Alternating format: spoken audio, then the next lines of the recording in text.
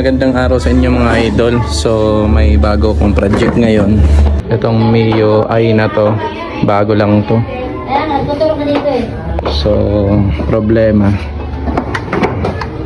nawalan ng busina. Wala siyang busina kahit anong gawin. So ayun, kinalas ko para malaman kung anong naging sira.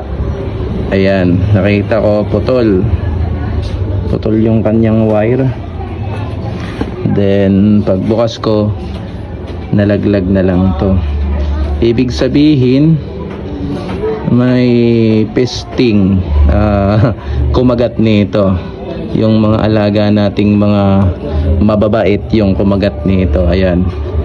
So ayun, putol siya oh. Putol.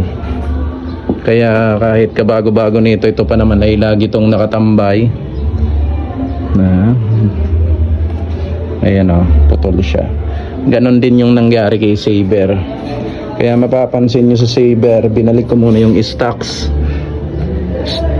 na tela na stoplight niya, kasi yung stoplight niya na nag-iiba-iba yung kulay, pinasok din siya dito ng mabait. Nakatambay rin kasi to si Click, si Saber. Ayan, putol din, nginat-ngat.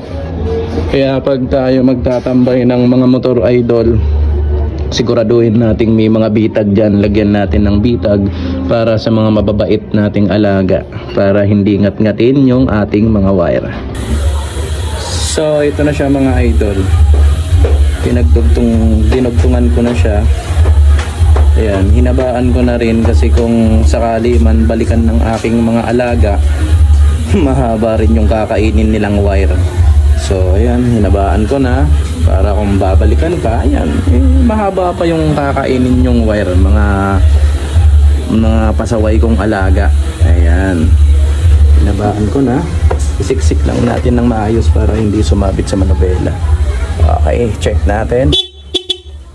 So ayan mga ka-idol, tip ko lang sa inyo, pag meron kayong mga motor na hindi ginagamit, lalo kung ang area ganito, medyo madilim doon sa dulo sa parkingan, lagi nyo siyang gagalawin o lagi nyo siyang paandarin, kasi pag yan binahayan ng bait ng daga rito sa ilalim, sure ball, kakainin yan yung mga wire nyo.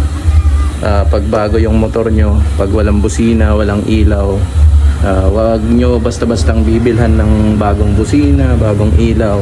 Double check nyo pa rin yung mga wire, kasi yan ang ginangat-ngat ng daga.